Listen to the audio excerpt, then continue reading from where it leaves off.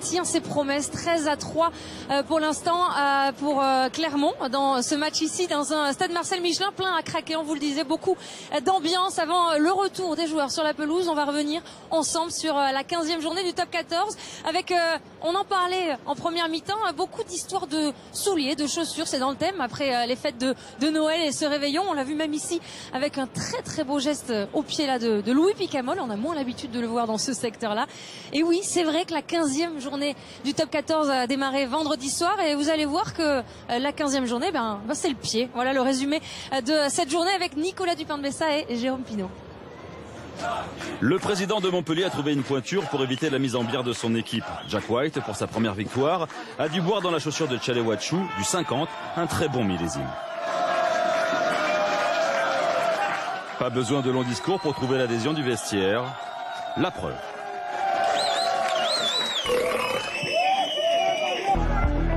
De godasses, il en est encore question à Lyon, où le Stade français, éphémère leader, a connu un vrai coup de pompe vendredi soir. La faute à ce geste d'énervement de Mornestein, un coup de pied du Sud-Africain sur joueur au sol. Monsieur Marshall, arbitre de la rencontre, demande la vidéo et sort finalement un carton rouge, appliquant la règle au pied de la lettre. Oui, c'est rouge parce qu'on ne juge pas la conséquence du geste, on juge le geste par lui-même. Sans Mornestein, le Stade français à 14 résistera bien, mais finit par s'incliner 12-9 grâce à un doublé de Moses Ratouvou, la victime du coup de pied. Et pourtant, au dire d'Olivier Azam, c'était plutôt Lyon qui était à côté de ses pompes. On a bien profité, ou pas assez, de l'expulsion de François Stein. Mornay, bon, c'est pareil, de toute façon. Merci à lui pour son jeu au pied, magnifique. Mais sinon, après, pour nous, production catastrophique, on ne profite pas, on joue trop sur les extérieurs, aucune pénétration sur la deuxième mi-temps. Enfin, très déçu du contenu du match, même si, bien sûr, on est content d'avoir battu le leader. Toulon avait la possibilité de remonter sur la première. Suite à la mise à pied de Galtier, c'est Jack White qui assure l'intérim. Le tournant de la rencontre, vous n'allez pas me croire, oui, c'est encore une histoire de chaussures. Croc en jambe de Romain Taofifenua sur Benoît Payog. À 15 contre 14, Montpellier va reprendre l'avantage au score avec cet essai inscrit au pied de biche ou en force, c'est comme vous voulez, par Alex Toulou.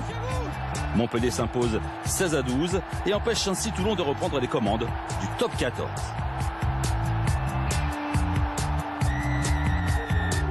The top 14 is a tough competition. If you look at the results in the last couple of weeks, you know, Lyon beat Stade Francais last night, but Stade Francais beat Toulon a week ago. So it's a tough competition and, you know, we mustn't think now just because we've beaten Toulon it's going to become easy. Next week will be another difficult game because we play Oyonnax away and, you know, as I've seen, the top 14 is a tough competition. Dans le bourbier corrézien, longtemps les acteurs ont eu les pieds carrés.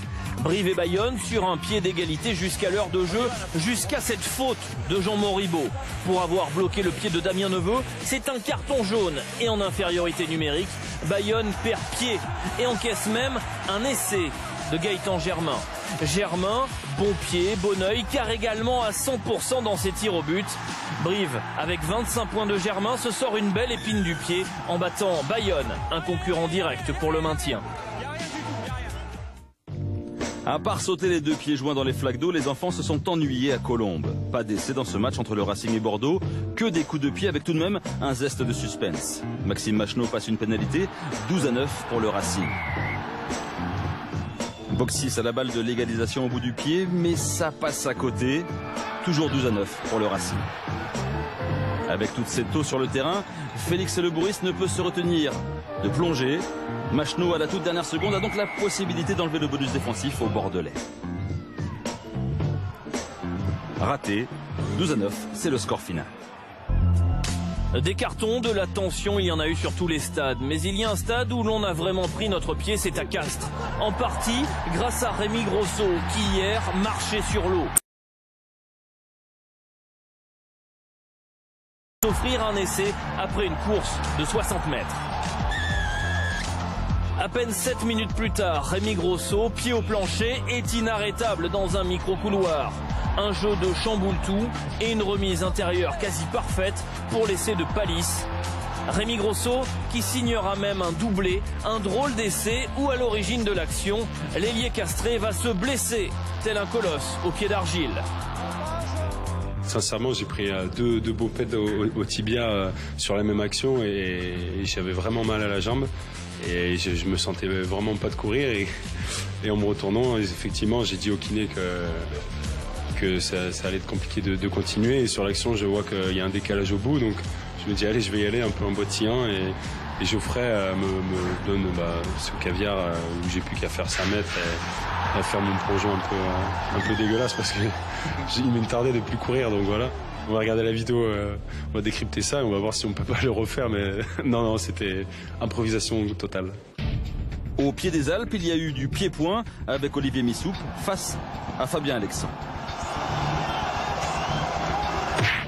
Il y a eu surtout du rugby entre Grenoble et Oyonnax avec un numéro du néo-zélandais Rory Grice, 100 kg et plus de 6 pieds de haut, soit environ 1,90 m, qui l'emmène dans l'embut. Victor Bonifié de Grenoble, 33-19. Pour finir en beauté, les garçons, vous avez droit à un feu d'artifice et pour vous, mesdames, Montpellier dans l'intimité du vestiaire.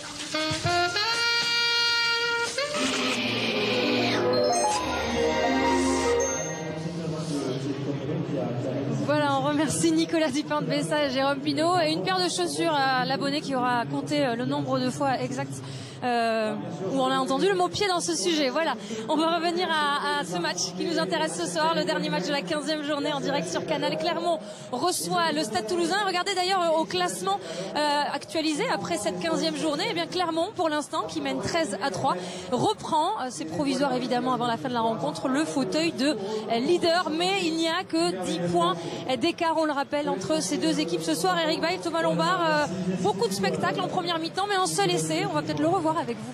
Oui, mais c'était la stat de notre avant-match. Ils avaient bien noté, on vous avait dit que depuis 4 ans, depuis mai 2010, Clermont marque toujours au moins un essai à Marcel Michelin. Donc ils ont tenu parole et leurs habitudes, même en 2015.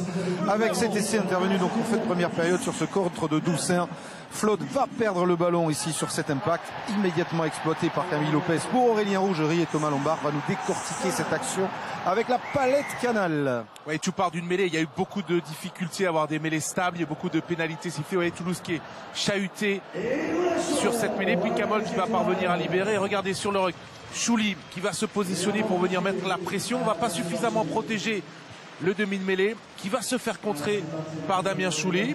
Floud est là pour se saisir du ballon, mais sera bloqué et perdra sur l'impact grâce au travail de Zirakashvili la munition que va exploiter à merveille.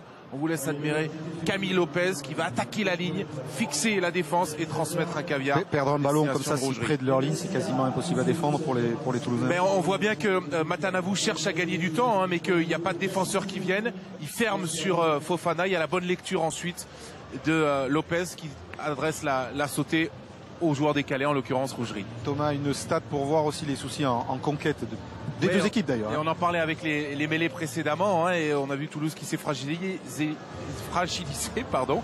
On voit que en touche aussi, il y a eu pas mal de petits soucis avec Clermont qui s'en sort plutôt pas trop mal avec 63% de lancement de jeu sur touche ou mêlée, mais pour Toulouse on est simplement à la moitié, donc c'est sans doute là qu'il faudra corriger les choses, et pour les Clermontois mais surtout pour les Toulousains en seconde période.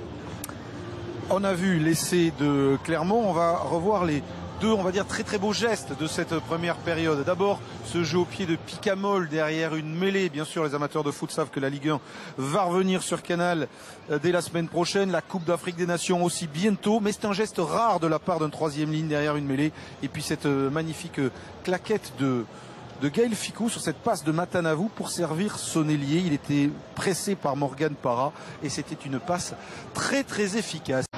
De la part de Damien Chouli sur Doussain, la récupération de Flaude, gros plaquage de Zirakashvili qui fait perdre le contrôle du ballon à l'anglais, et là la justesse technique de Lopez qui a juste une passe au cordeau pour Aurélien Rougerie. On rappelle donc que ces Clermontois, après cet essai, mené 13-3 à la mi-temps. Ils avaient 10 points d'avance et à la fin de ce match, ils s'imposent 24-6 grâce à l'essai de Wesley Fofana, intervenu en fin de match. Pas suffisant évidemment pour aller décrocher le bonus offensif, mais suffisant pour permettre à Clermont d'être ce soir le nouveau leader du top 14, même s'ils sont à égalité de points. On verra avec le Stade français. On va revoir l'essai de Fofana et l'analyse à la palette avec Thomas Lombard.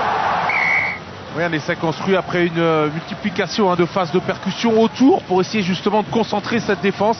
Et ils y sont parvenus, même si vous voyez que le décalage n'est pas évident, mais ce sont des avants.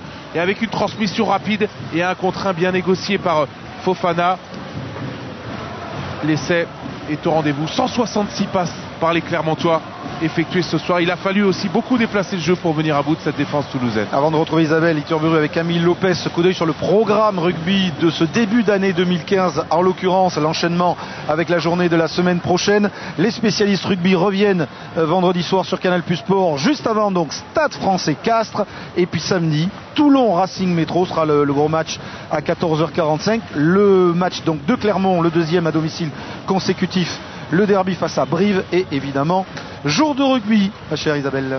Oui, avec donc Camille Lopez, vous parliez de ce jeu clermontois, il y a eu beaucoup de passes de votre côté.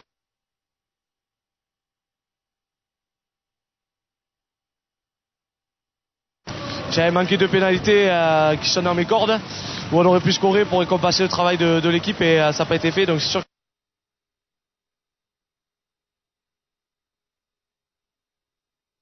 Mais voilà, il y a encore du déchet dans ce jeu, il faut savoir le gérer un peu mieux, mais voilà, aujourd'hui il y a la victoire et c'est ça qui est important. C'est vrai qu'on est en période de fête de fin d'année, on est même en début d'année maintenant. Vous nous disiez tout à l'heure que vous souhaitiez gagner des choses avec Clermont. Déjà être leader au début de cette année 2015, ça fait plaisir? C'est sûr que ça fait plaisir, vaut mieux dans un championnat comme ça être dans les deux premiers, forcément pour la fin du championnat, mais on est encore loin, on est à la milieu du championnat, donc voilà, il fallait gagner, c'est fait. Maintenant voilà, il faut continuer, on est en match à la réception de Brive qui est importante le week-end prochain. Merci beaucoup. On a vu le pied de Camille Lopez, on va vous montrer aussi, allez tiens, le geste du match, on aime bien, c'est celui de Picamol, c'est aussi un geste du pied, c'est un petit peu le thème du week-end sur cette sortie de mêlée. Voilà, la passe, elle aurait été magnifique si cette balle était arrivée dans les mains d'un Toulousain, mais c'était quand même un geste rare de la part d'un numéro 8, et on voulait, voilà, vous le montrer. Isabelle, belle victoire donc de Clermont, nouveau leader du top 14 ce soir. Voilà, et on a vu 2 essais, c'est déjà mieux qu'hier sur le canal, on est très ravis d'avoir vu ça avec vous. Alors juste un mot sur le classement, pour le justifier, vous l'avez répété, on l'a vu avec les joueurs, Clermont est bel et bien le nouveau leader de ce